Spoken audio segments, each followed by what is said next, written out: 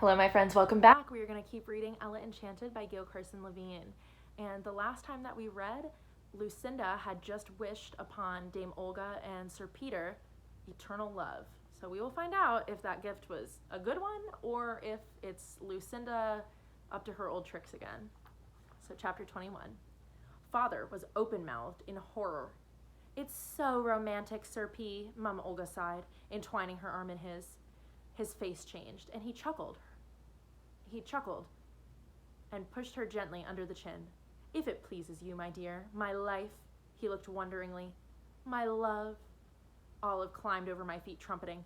"A real fairy!" She pushed her way to Lucinda. Well-wishers crowded around Father and Mum Olga, but few were so foolhardy as Olive. The fairy would soon be free to look about. I fled the room. It was too cold to hide outdoors. I decided to venture upstairs. The stair rail was an open spiral, perfect for sliding. I resisted a mad impulse to take a ride. Into Lucinda's arms, no doubt. I heard her voice and ran up the stairs. On the landing, I opened a door and stepped into a dark corridor. Closing the door behind me, I sank down and leaned against it with my legs stretched out on marble tiles. Would Father be happier as a result of the gift? Had Lucinda finally given a present that would benefit its recipients? I tried to imagine their marriage. Would love blind Father to Mum Olga's shortcomings? There must have been footsteps, but I didn't hear them. The door opened behind me. I tumbled back and found myself staring up at Char. "Are you well?" he asked anxiously, kneeling next to me. I sat up and grabbed his sleeve, scrambling back into the hallway and pulling him with me. I shut the door behind us. "I'm fine." "Good." He stood up. I think he was grinning, but he may have been scowling. The corridor was too dim to tell. How would he explain my behavior? Why would he think I was hiding? "I thought you were still patrolling the border. I didn't notice you at the wedding." "We returned this morning. I arrived here just in time to watch you dash up the stairs." He paused, perhaps waiting for me to explain. I didn't, and he was too polite to ask. "My father spent his boyhood here," he went on, "before the new palace was built. He says there's a secret passage somewhere. It's rumored to start in one of the rooms on this story." "Where does it lead?" "Supposedly to a tunnel under the moat. Father used to search for it." "Shall we look?" "Would you like to?" He sounded eager. "If you don't mind missing the ball." "I'd love to miss the ball." I opened one of the doors in the corridor. Light flooded in, and I saw that Char couldn't have been scowling. He was smiling so happily, he reminded me of Apple. We were in a bedroom with an empty wardrobe and 2 large windows. We knocked on the walls, listening for a telltale hollow sound. We felt for hidden seams. We tested the floorboards, guessing at who might have used the passage and for what reasons. "To warn Frel of danger," Char suggested. "To escape a mad fairy. To flee punishment. To leave a boring cotillion." That was it, Char agreed. But whatever the reason for flight, the means remained hidden. We investigated each room less thoroughly than the one before, until our search became a stroll. We moved along a corridor, opening doors and poking our heads in. If any feature seemed promising, we investigated further. I thought of a silly explanation for my presence upstairs. "You've guessed why I shut myself up here," I said. "I have no idea." He opened a door, nothing worth examining. "To avoid temptation." "What temptation?" He grinned, anticipating a joke. He was used to me. I would have to labor to surprise him. "Can't you guess?" He shook his head. "The temptation to slide down the stair rail, of course." He laughed, surprised after all. "And why were you lying down?" "I wasn't lying down, I was sitting." "Pray tell why you were sitting." "To pretend I was sliding down the stair rail." He laughed again. "You should have done it. I would have caught you at the bottom." The strains of an orchestra wafted up to us, a slow allemande. The corridor we were in ended in a back stair, surrounded by doors that opened on more corridors, all more or less alike. "If we're not careful, we'll go down this one again," Char said. "They're all the same." Hansel and Gretel had pebbles and breadcrumbs to show them the way. We have nothing. We have more than they did. They were impoverished. There must be something... He looked down at himself, then tugged at an ivory button on his doublet until it came off in his hand. A bit of striped silk undergarment peeked out. I watched in amazement as he placed the button on the tiles a foot within the hallway we had just left. "That will mark our progress," he chuckled. "I'm destroying my dignity without sliding down anything." After we investigated 6 corridors without finding the secret passage, and after all of Char's buttons were gone, we climbed the back staircase. It ended in an outdoor passage to a tower. We rushed across, facing into a bitter wind. The tower room had once been an indoor garden, with small trees and wooden pots. I perched on a stone bench. It was chilly, but we were out of the wind. "Do the king's gardeners come here?" I asked. "Are the trees dead?" "I don't know." Char was staring at the bench. "Stand up." I obeyed, of course. He pushed at the seat with his foot, and it moved. "This lifts off," he exclaimed. "Probably only garden tools," I said while we lifted it together. I was right, but not entirely. We found a spade, a pail, and a small rake, and cobwebs and evidence of mice, although how they got in and out I couldn't tell, and a leather apron, and 2 things more. Char twitched the apron aside and found gloves and a pair of slippers. The gloves were stained and riddled with holes, but the slippers sparkled as though newly made. Char lifted them out carefully. I think they're made of glass. Here.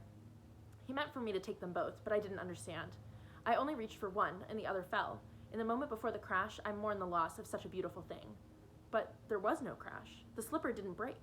I picked it up and tapped on it. The sound was of a fingernail on glass. Try them on. They fit exactly. I held my feet out for Char to see. Stand up. They'll crack for certain if I do. I could barely stay seated because of the command.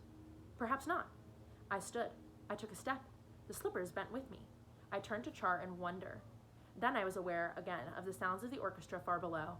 I took a gliding step. I twirled. He bowed. The young lady must not dance alone. I had danced only at school with other pupils or our mistresses for partners. He put his hand on my waist, and my heart began to pound, a rougher rhythm than the music. I held my skirt. Our free hands met. His felt warm and comforting and unsettling and bewildering all at once. Then we were off, Char naming each dance, a gavotte, a slow sarabande, a courant, an allemande. We danced as long as the orchestra played. Once between dances, he asked if I wanted to return to the celebration. Won't they be looking for you? Perhaps. Hattie and Olive would wonder where I was. Father and Mum Olga wouldn't care, but I couldn't go back. Lucinda might still be there. Do you want to? No, I only came to see you, he added, to be sure you arrived home safely. Quite safely. Sir Stephen guarded me well, and the giants took excellent care of me. Did you catch more ogres? Za, sus fing mung pusabs. Yes, and they were delicious. I laughed. His accent was atrocious. He shrugged ruefully. They laughed too and never listened to me. Bertram was the best. They obeyed him half the time.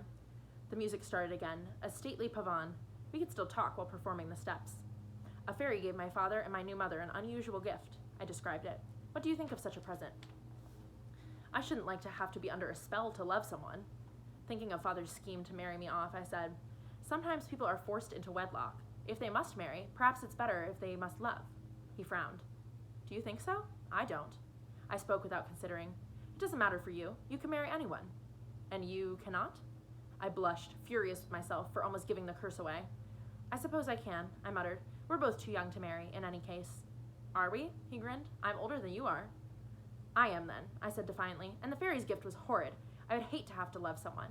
I agree. Love shouldn't be dictated. Nothing should be dictated. An idiotic remark to a future king, but I was thinking of Lucinda. He answered seriously. As little as possible. When the orchestra finished, we sat together on the bench and watched the sky darken slowly. Sometimes we talked and sometimes we were silent. He told me more about hunting for ogres. Then he said he was leaving again in 2 days to spend a year in the court of Eortha. A year? I knew that the future rulers of Eortha and Kyria always spent long periods in each other's courts. The practice had preserved peace for 200 years. But why now? He smiled at my dismay. Father says it's time. I'll write to you. You shall know all my doings. Will you write to me in return? Yes, but I'll have no doings, or few. I shall invent, and you'll have to decide what is real. The noise of horses and carriage wheels reached us from below, signifying the end of the celebration. I went to a window and looked down. Father and Mum Olga were saying farewell to their guests, while Hattie and Olive stood by. Lucinda was at Mum Olga's side. The fairy's still here, I said, standing at the bride's side. Char joined me. Perhaps she means to monitor the effects of her gift. Would she? Do you think so? I don't know. He saw my face. I can tell her to go. She would hardly like for a prince for an enemy. Don't! A prince would trouble Lucinda not a whit, and a squirrel prince would trouble her even less. Let's just watch. After several more guests departed, Lucinda kissed Father and Mum Olga on the forehead. Then she raised her arms and lifted her head to the twilight sky. For a terrifying moment, I thought she saw me. But no, she just smiled her dazzling smile and vanished. Char gasped. I sighed, a long release. We'd better go down, I said. Soon they'll look for me in earnest. There was just enough light to see by. In a few minutes, we stood on the landing above the hall. No one is here, Char said. You need resist temptation no longer. Only if you slide too. I'll go first so I can catch you at the bottom. He flew down so incautiously that I suspected him of years of practice in his own castle. It was my turn. The ride was a dream, longer and steeper than the rail at home. The hall rose to meet me and Char was there. He caught me and spun me around. Again, he cried. We raced up. Behind me, he said, wait till you try the banister at home. His home. When would I do that? Here I go. He was almost off. I followed. I was almost to the bottom when the door opened. I sailed into Char's arms, observed by the stunned faces of Father and my new family. Char couldn't see them and twirled me as before until he got halfway round. Then he set me gently on the floor and bowed at Father and Mom Olga, his buttonless doublet flapping. He was laughing so hard he couldn't speak. Father grinned. Mom Olga smiled uncertainly. Olive wore her puzzled frown. Hattie glowered. I used their distraction to conceal the glass slippers in the folds of my skirt. Thank you for the honor of your presence, Father said, giving Char time to collect himself. But not time enough. You have, burst of laughter, my best wishes for your felicity. Laughter, which is assured, peals of laughter. Forgive me, I'm not laughing. Laughter, at you. Please understand, he trailed off. Father chuckled. I laughed helplessly, holding the stair rail for support. I couldn't help it, although I knew Hattie would make me pay. And that is the end of chapter 21. So, in chapter 22, maybe we will find out how Hattie makes Ella pay. I'll see you guys then.